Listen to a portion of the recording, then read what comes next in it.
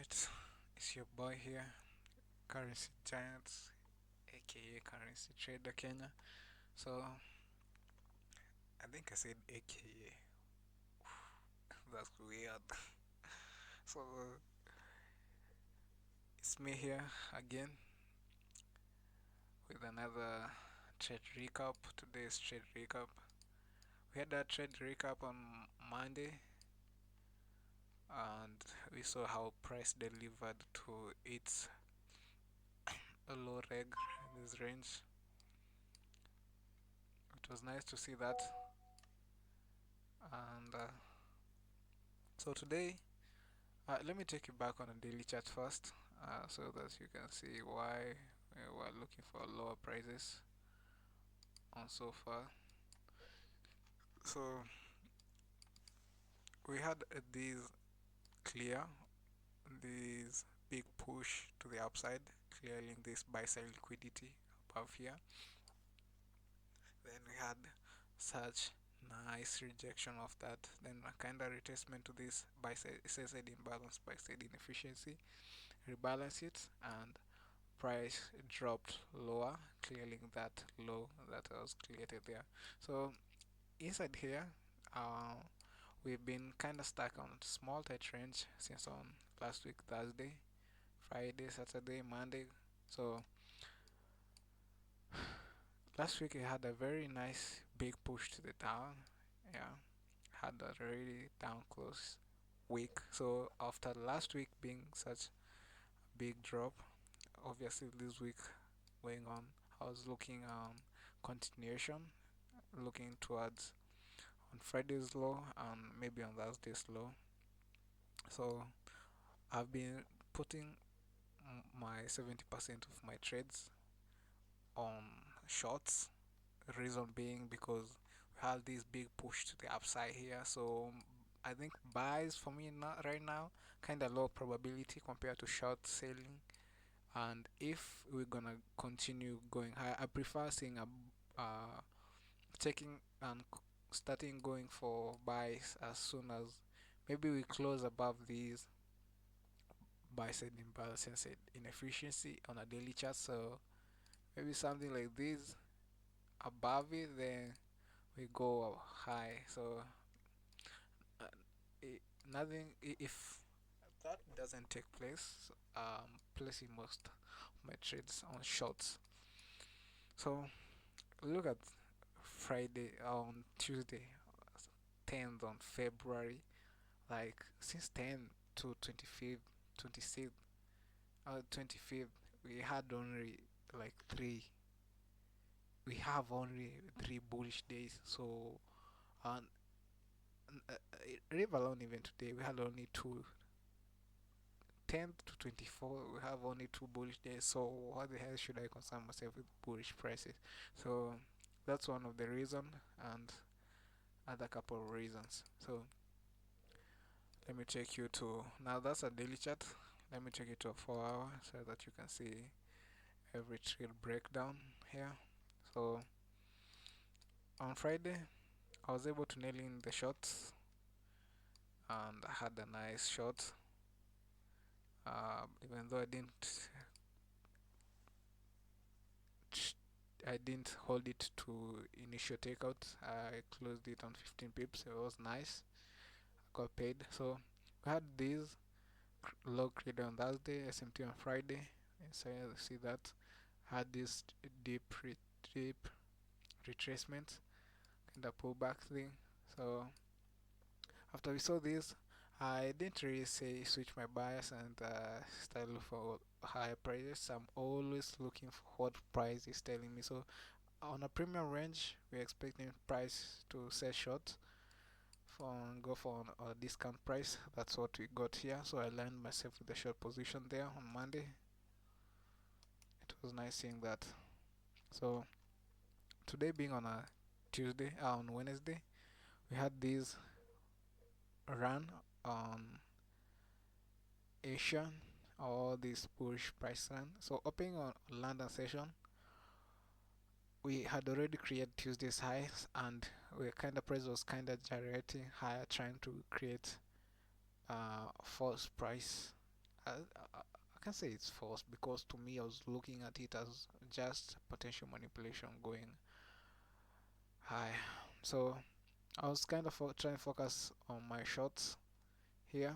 So after we cleared Tuesday's highs, I was kind of looking at this consequent encroachment of this week, 15-minute week, and also I was looking for SMT divergence between pound and euro. So we had this SMT divergence right there.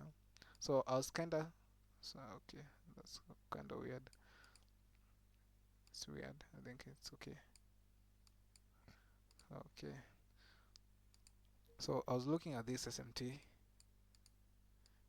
here, and I was looking on pound as pound made its high highs and euro was unable to form the to take out this high, so we had the internal range SMT kind of divergence.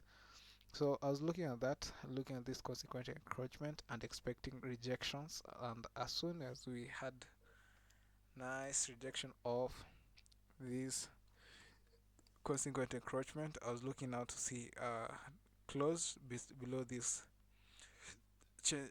order block, and that will be change in state of delivery. Let me take you on 5 minutes where you can see where I placed my entry and my exit. So we had this, remember, we have a very, look at this bullish fucking candles here. So all that is an kind of an order block, and then we had the breaker block here, also confirming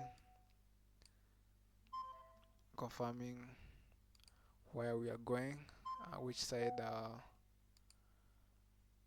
I'm looking for in terms of my exit and entry and exit. So we had look at that rejection, look at that nice rejection of the consequent encroachment. So I was looking onto it on this price as price is running live on London session.